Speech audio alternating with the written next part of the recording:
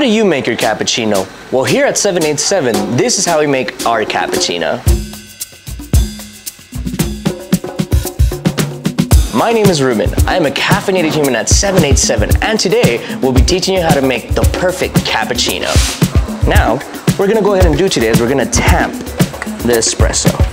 Now we go ahead and put the portafilter back in position and in place. We're gonna go ahead and pull our double espresso shot. What we want is to pull a double shot of espresso at 27 to 31 seconds to get the optimal of the flavor.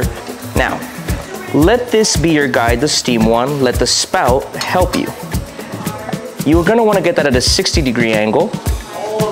Pro tip, in order to reach optimal zone for the heat of your milk, you're gonna want to feel how hot it is. And then once it is too hot to the touch, that is exactly when we stop. Tap to get rid of any oxygen bubbles. Pour in, build a base. Start off in the middle, allow the crema to drop. And go ahead and start building your latte art. And this is how you make the most perfect cappuccino here at 787. Buen provecho.